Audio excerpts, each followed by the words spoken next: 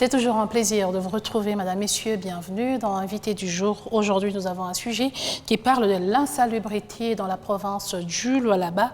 Nous allons faire ensemble avec vous un état des lieux. Vous êtes dans vos milieux, vous avez constaté qu'il y a une direction de l'assainissement au niveau de la province dirigée par Arcel Ndandoula, qui est directeur provincial.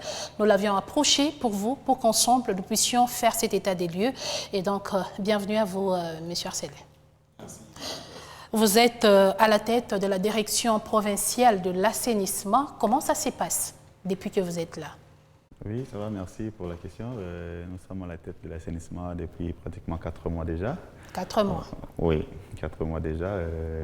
Vous savez, quand on arrive à un endroit, nous sommes nouveaux. Okay. On a pris quand même le temps de prendre la situation, de voir comment elle se présente. On a essayé d'échanger et de voir, mettre nos stratégies, quelques politiques qu'on avait déjà aussi avec nous. Okay.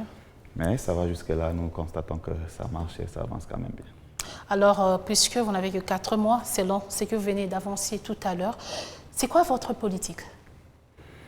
Notre politique en général est celle de rendre la province propre, avec plusieurs initiatives, bien sûr, plusieurs idées, venant aussi de la part de la population, bien qu'elle est à la base de beaucoup de choses aujourd'hui. Mais ça va, la politique est là. Nous voulons rendre d'abord la province propre. Et vous y allez avec quel genre de stratégie? Oui, en premier lieu, nous avons commencé par la sensibilisation, qui est d'une importance capitale dans l'assainissement, parce que c'est un secteur qui demande en fait l'apport de tout le monde et nos efforts et celui de la population. Et vous pensez que nos populations, on est sensibilisées? On a compris votre philosophie et on a adhéré à ce que vous voulez vraiment faire? Oui, depuis un certain temps, nous avons compris qu'au départ, c'était quand même, nous avons été mal compris.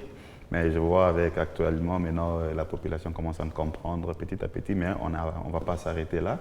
On va continuer, on va multiplier encore la sensibilisation pour que tout le monde comprenne le pourquoi et comment. Alors, il y a des gens qui se posent la question de savoir, est-ce que la direction, c'est uniquement ici au niveau de la ville, ou ça vous arrive aussi de descendre dans des marchés? Parce que là, je dois vous assurer que Boutchafo Boubamingi, directeur. Oui, est-ce que ça vous arrive de faire cette descente au marché? Il y a des tas d'immondices qu'on voit comme des fleurs qui décorent le marché, alors que ce sont des maladies, surtout que nous sommes dans une saison pluvieuse. Oui, nous ne sommes pas que dans la ville, nous entrons aussi dans des marchés, comme vous venez de le dire. Nous entrons dans des marchés, comme vous savez, je vous ai dit tantôt là, nous sommes en train d'observer encore, où on dit quand même, on donne des lignes de conduite. À un certain niveau, c'est accepté. À un certain niveau, nous constatons qu'il y a encore quelques résistances. Mais petit à petit... Et comment vous faites quand vous vous retrouvez face à ces résistances? Vous vous débrouillez comment? Là, on intervient rapidement. Peut-être parce que dans des marchés, nous savons tous qu'il y a toujours des administrateurs, excusez, j'y arrive, qui sont là dans des marchés avec qui nous échangeons du jour au jour. Là que nous constatons qu'il y a encore des quoi, qu'on essaie encore d'apporter notre un plus, je peux dire, dans ce sens-là. Et depuis que vous avez commencé, il n'y a pas de soucis, il n'y a pas de difficultés que vous rencontrez? Les difficultés sont là, ça ne manque jamais. Nous sommes dans un monde humain. Il y a toujours des difficultés. Il y a une catégorie de personnes qui n'arrivent jusque-là pas encore à nous comprendre. Mais on se donne quand même. Je vois que ça va aller. Il y a des gens qui disent que au directeur assainissement, la ville est sale. Surtout lorsqu'il pleut. Parlant de caniveaux, il y a des flaques d'eau partout. Les curages de caniveaux, on a l'impression que vous n'avez pas encore maîtrisé ces secteurs parce qu'il suffit qu'ils puissent avoir une forte pluie. C'est difficile de circuler à Kolwezi. Mais madame, je peux vous dire avec ce qui concerne les caniveaux, comme je vous ai dit au départ, la population a du mal à nous comprendre rapidement. Nous avons lancé il n'y a pas longtemps une activité aucun drain bouché. Aucun drain bouché. Sur la ville, oui. Nous avons travaillé là-dessus. On a commencé, mais nous avons travaillé sur différents axes dans les caniveaux, auxquels la même population revient avec le même comportement, des bouteilles en plastique, des déchets dans le même caniveau. Parce qu'on sait que vous êtes là. Mais non, quelqu'un dirait, mais je ne suis pas gênant. Oui, c'est ça notre travail, bien sûr, mais on ne doit pas faire un cercle vicieux quand même. Nous devons avancer, la ville est grande, la province elle est grande, et partout dans les coins et recoins de la province, nous sommes attendus. Alors, s'il faut qu'on reste toujours sur la ville, dans les caniveaux de la ville, vous voyez que ça ne sera pas bon. C'est comme ça que je profiterai de dire à la même population, c'est vrai que c'est notre travail, et c'est leur travail aussi. Si eux gèrent bien leurs déchets, leurs bouteilles en plastique, je pense qu'on n'aura pas ces problèmes des caniveaux bouchés. Vous avez parlé tout à l'heure de la sensibilisation et d'une, je ne sais pas moi si vous appelez ça projet, aucun drain bouché. La population doit adhérer à cette, je ne sais pas vous appelez ça campagne, à cette campagne d'aucun drain bouché. Mais par quel canal, par quelle voie vous sensibilisez cette population? Parce qu'aujourd'hui, prendre une bouteille d'eau et jeter cette bouteille après sur la voie publique, c'est plus facile. Mais comment Arcel Dandoula communique avec cette population pour qu'elle arrive finalement à comprendre que plus question de jeter la bouteille sur la route? Nous-mêmes, nous prêchons par l'exemple. Nous avons commencé par déboucher. Nous sommes passés à l'étape de parler maintenant à la population, parce que notre sensibilisation, nous le faisons par différents canaux, où il y a les réseaux qui nous aident aujourd'hui, il y a les médias comme notre chaîne ici, Mikuba, il y a plusieurs chaînes auxquelles nous avons ces partenariats, nous avons des journaux et des presses écrites.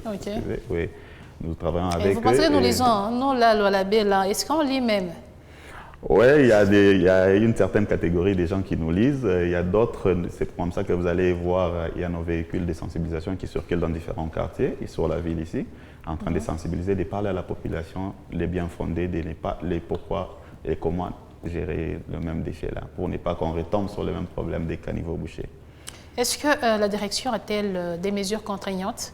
Parce qu'il y a toujours ceux-là qui vont outre ce qui est pris comme décision. Nous voulons tous voir la ville propre, c'est une chose, mais participer à cet effort en est une autre. Il y a des gens qui peuvent adhérer que par force. Est-ce que la direction a pensé aux mesures contraignantes? Parce que c'est bien beau de sensibiliser, c'est bien beau de parler, mais si cette population n'adhère pas, ça sera prêché dans le désert.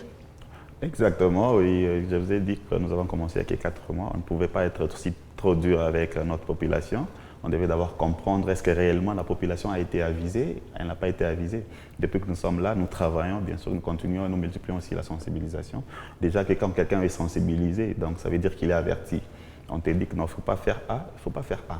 Donc c'est toujours dans notre intérêt. C'est comme ça qu'après, c'est cette année 2025 qui vient de commencer. Ce mois de janvier, bientôt, va prendre sa fin. Avec le mois de février, il y aura des stratégies déjà qui sont en train d'être montées, sur lesquelles nous allons mettre en application pour contraindre cette couche de population qui ne veut pas prendre cette situation comme la leur. Restons un tout petit peu sur le curage de caniveaux, parce que c'est quand même un casse-tête au niveau de la ville de Kolwezi, ça on doit l'avouer. Y a-t-il, vous avez de matériel qui vous permettent de faire ces travaux? Parce que on l'a vu, moi je l'ai vu une fois, je passais sur les rues de Kolwezi, j'ai vu que les gens ont la bonne volonté de travailler, mais ils ne sont pas équipés. Est-ce qu'à ce jour, la direction de l'assainissement s'est-elle approvisionnée en termes de matériel pour faire en sorte que même ceux-là qui doivent entrer dans ces caniveaux, les curés, ils doivent quand même être protégés, ils doivent avoir des bons matériels qui peuvent leur permettre de bien curer ces caniveaux, ou bien on y va au fait avec le main comme on le voit toujours? Non, si vous avez le temps de passer, vous êtes journaliste, madame, vous avez tout le temps de faire l'investigation, allez-y sur terrain, vous allez voir, nos gens sont bien équipés pour faire ce travail des caniveaux. Il y a aussi des outils qui permettent de bien curer. Exactement, madame. Là que nous voyons que c'est grand et tout, nous faisons appel à la tractopelle. Là que nous voyons que c'est petit, on peut faire manuellement. Il y a des bêches, il y a des houes, des différentes. Donc la direction de l'assainissement est équipée à ce jour? Oui, nous sommes vérifiable, pas directeur. Complètement équipés. Il y a d'autres matériels. Merci de le reconnaître. Merci de le reconnaître parce que moi, je doute fort. Mais dire qu'elle est vraiment équipée, parce que nous voyons le travail que vous le faites à la vue de tous. Exactement. Nous passons, on peut être à bord d'un véhicule, on voit comment les gens travaillent. Exactement. Nous dire que vous avez des matériels, moi je doute fort. Les matériels sont là. Bon, déjà que dans les caniveaux, ça ne demande pas des matériels sophistiqués. Les bêches, la tractopelle pour faire ces curages. Il y a des curages mécaniques, des curages qu'on peut faire à la main et tout. C'est comme ça que nous évoluons. Là que ça demande des curages mécaniques, on intervient avec la tractopelle et Ça vous arrive aussi d'écurer le caniveau? Oui, je suis moi-même, je prêche on d'ailleurs. peut dire, bon, je suis les boss. Non, je ne peux pas entrer. En fait, nous prêchons par l'exemple. Okay. Nous commençons par nous-mêmes, par prêcher. On montre d'abord l'exemple pour que la matière soit bien accumulée. Même à l'école, on voyait nos enseignants nous prêcher avec des matériels didactiques, bien sûr. Ou bien c'est un boss qui descend sur le terrain en costume, en train d'observer. Non, je suis. Bon, mon à secteur, bord de son véhicule climatisé, il part. Mon secteur est purement technique. Tout le temps, quand vous me croisez, je suis toujours en tenue. Et là, je suis sur le terrain. Bon, c'est parce que je savais que je devais passer quand même ici. C'est comme ça que chaque jour, je suis en tenue. Okay. Chaque jour, je suis en tenue quand même. Je suis toujours sur le terrain. Donc, je prêche par l'exemple. Si je reste dans mon bureau, la réalité sur le terrain sera peut-être tout autre au moment que je ne serai pas informé. Je préfère m'enquérir de la situation sur place pour que moi-même, à chaque jour qui passe, on n'a que des différentes, je peux dire comment, des différentes matières aussi. On s'est dit que non, là, quand ça ne va pas marcher, comment est-ce qu'on peut faire pour qu'on arrive à des bonnes solutions par rapport à ces secteurs. On a l'impression que le problème de stagnation des eaux au niveau de la ville de Kolwezi, c'est finalement un casse-tête. Oui, à un certain temps, il y avait plusieurs égouts qui étaient bouchés aussi. Et déjà que nous nous sommes lancés sur ça, il n'y a pas ça plus produit longtemps. des fruits? Oui, ça produit des fruits. Vous êtes sûr?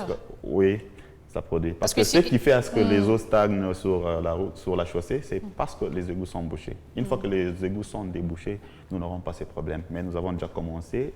Dans peu de temps, moi avec vous, nous allons descendre sur le terrain, on va palper la réalité. En tout cas, ça nous fera plaisir.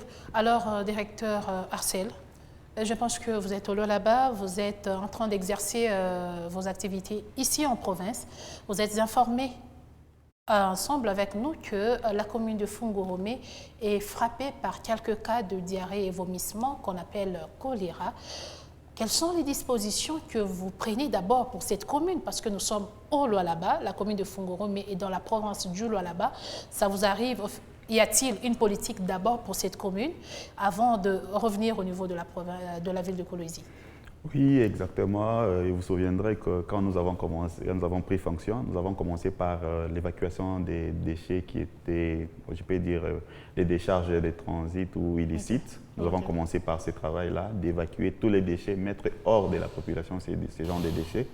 C'est comme ça qu'on ne s'était pas limité que sur la ville de Kolwezi. Nous avons fait une descente aussi sur Fungoromé. Les images sont là. Parce que nous aimons bien. Ça ne suffit pas de faire la descente, vous pouvez faire la descente et puis oui, repartir après sans rien faire. Non, quand on fait une descente, après ça rapporte toujours des fruits. Avec cette maladie, nous continuons avec la même politique, excusez, de l'évacuation des déchets, mettre hors, en fait, un peu en distance la population et les déchets pour éviter à ce qu'on soit atteint de cette maladie. Parce que si la population pouvait nous comprendre depuis très bien longtemps, aujourd'hui on ne pouvait pas parler de choléra dans cette commune de Fungoromé. Tout ça pourquoi? Parce qu'ils prenaient à la légère cette histoire de jeter les déchets, de mettre les immondices partout. Au moment où ils vivent, c'est là qu'ils jettent des déchets, c'est là qu'ils mettent des déchets. Quand vous essayez de parler, ils vous trouvent peut-être trop dur, trop mécanique. Surtout on peut se dire, il est encore jeune, est-ce que... pour ne rien faire? Non, là, en fait, pour travailler, ça ne demande pas l'âge. Ça demande pas l'âge. Ça ne demande pas l'âge, seulement que quand nous avons des bonnes idées, des bonnes initiatives, la population n'a qu'à nous accompagner et elle verra que nous serons très loin de cette histoire de parler choléra et ainsi de suite. Vous êtes un acteur majeur dans la protection de la population par rapport à cette épidémie de choléra. Quelles sont les stratégies prises pour que Fungoromé, aujourd'hui nous parlons de Fungoromé, nous ne souhaitons pas que demain nous puissions parler de la ville de Kolwezi. Alors à votre niveau, étant un acteur majeur dans cette situation, quelles sont les stratégies prises pour protéger nous qui nous retrouvions à Kolwezi aujourd'hui? Parce que nous savons tous que le choléra, lorsqu'il frappe, c'est vraiment dangereux. Exactement, madame.